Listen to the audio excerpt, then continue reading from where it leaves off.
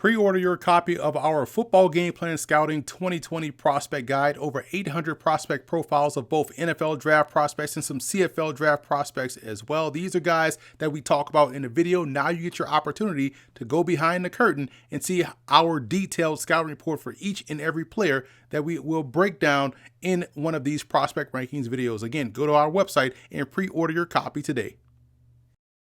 Be sure to order your copy of the Go-Go Offense by Coach Brennan Marion on footballgameplan.com/GoGoOffense. Coach Marion goes through the ins and outs of his explosive offense, one that's tearing up the college football field and putting a lot of points on the scoreboard. Again, you can order your copy at footballgameplan.com/GoGoOffense.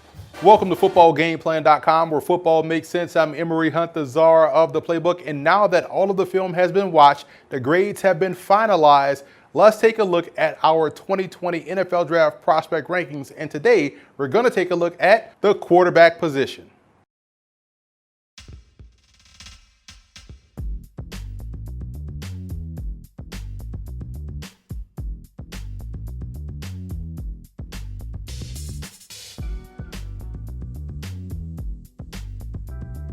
Joe Burrow out of LSU graded out as our QB1 in this draft class. He has the toughness that you want at the position, both mental and physical, and has all of the requisite tools you need to be successful. The touch, timing, and accuracy is all where it needs to be. And based off what we saw the last 2 seasons at LSU, I think it's safe to say that he still has some upside left in his game.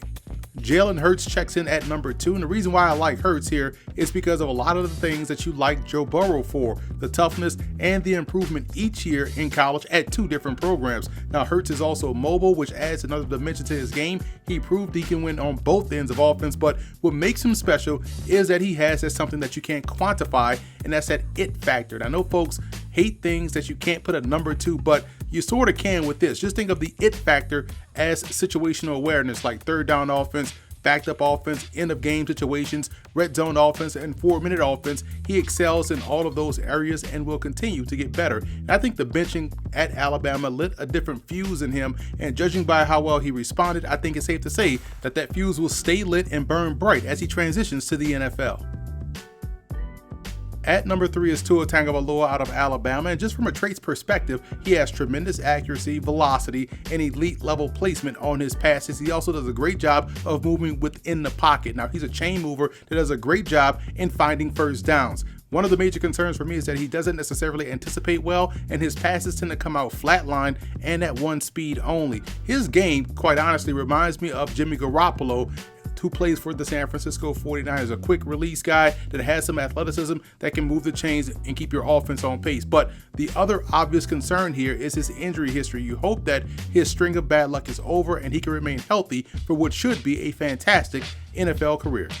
Now, here is a look at the rest of my top 10. Tyler Huntley out of Utah plays an efficient game, and efficiency, in my opinion, is what gets you victories. Jordan Love's game reminds me a lot of DeShone Kizer when he came out of Notre Dame, and I like Kizer as a prospect, as I do Love. However, Kizer was a bit more consistent under very similar circumstances as Love was his last season at Notre Dame, as Love was at Utah State. Now, a lot of folks are not talking about Mason Fine out of North Texas. He has a live arm that can get the ball to wherever he wants to on a football field. I think he's being criminally underrated right now as a prospect. Both Jake Fromm out of Georgia and Justin Herbert out of Oregon are solid QBs that I think peaked early in their career, very similar to that of Josh Rosen at UCLA. Coming out of the gates really well, played well, but they sort of plateaued, and that's why you don't hear talk of them getting better each and every year. They played the same game, they just played it for 3 to 4 consecutive seasons, respectively. Now, 2 FCS quarterbacks from the state of New Jersey cracked the top 10, and that's Kenji Bahar out of Monmouth and Kevin Davidson out of Princeton. So let's start with Bahar. He's got great velocity on his intermediate throws, makes very good decisions with the football,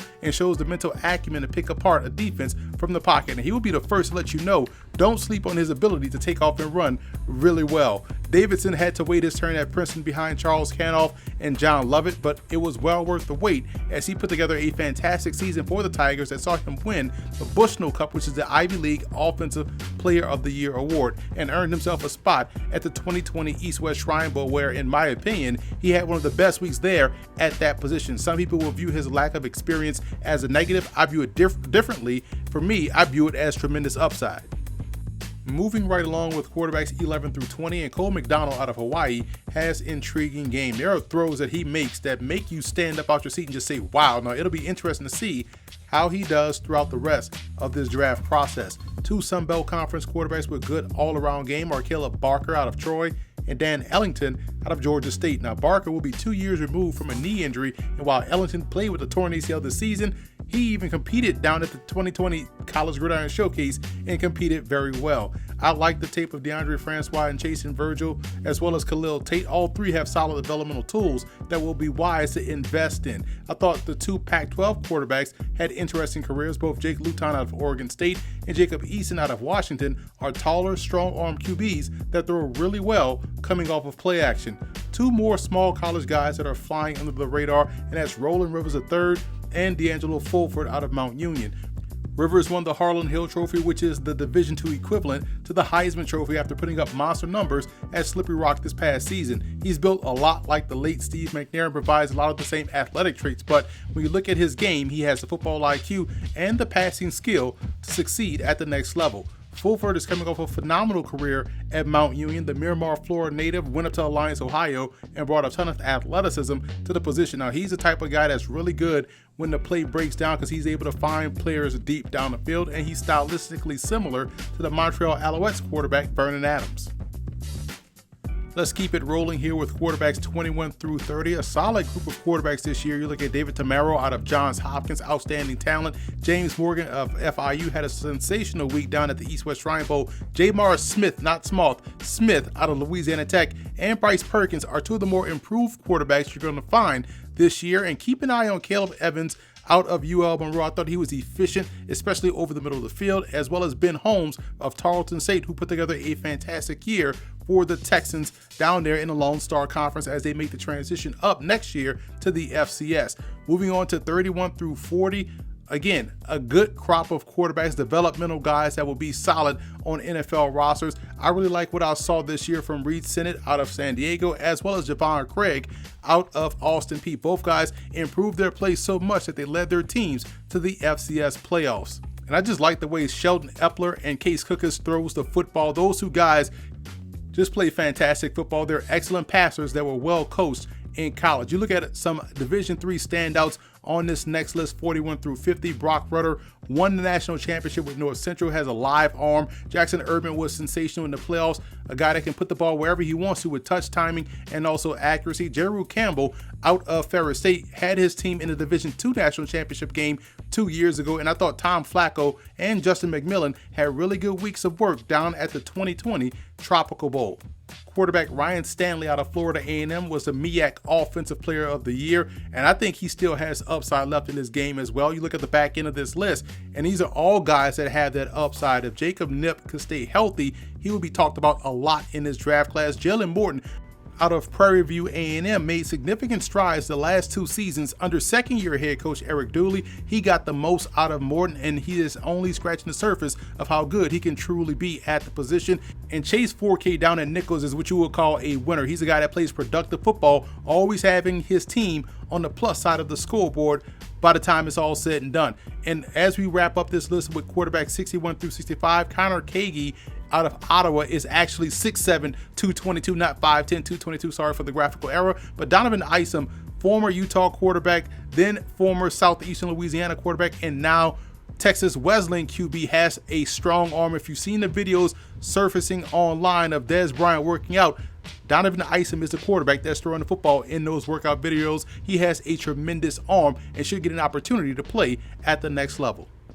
And again, if you want to see our detailed scouting reports for every individual prospect on this list, make sure to pre-order your copy of our 2020 Football Game Plan Scouting Prospect Guide. So that's a wrap here from footballgameplan.com. I'm Embry Hunt, the czar of the playbook. Be sure to follow me on all of my social media accounts, and don't forget to check out and subscribe to the Football Game Plan Network, located at youtube.com/footballgameplan. Also, subscribe on iTunes to Football Game Plan Podcast, where you can find our Scout Team podcast, where we have a ton of player prospect interviews. Also on television, the Game Plus Network, every Thursday at 6:30 p.m. Eastern Time, we have our Scout Team show. Check with your cable provider for channel listings.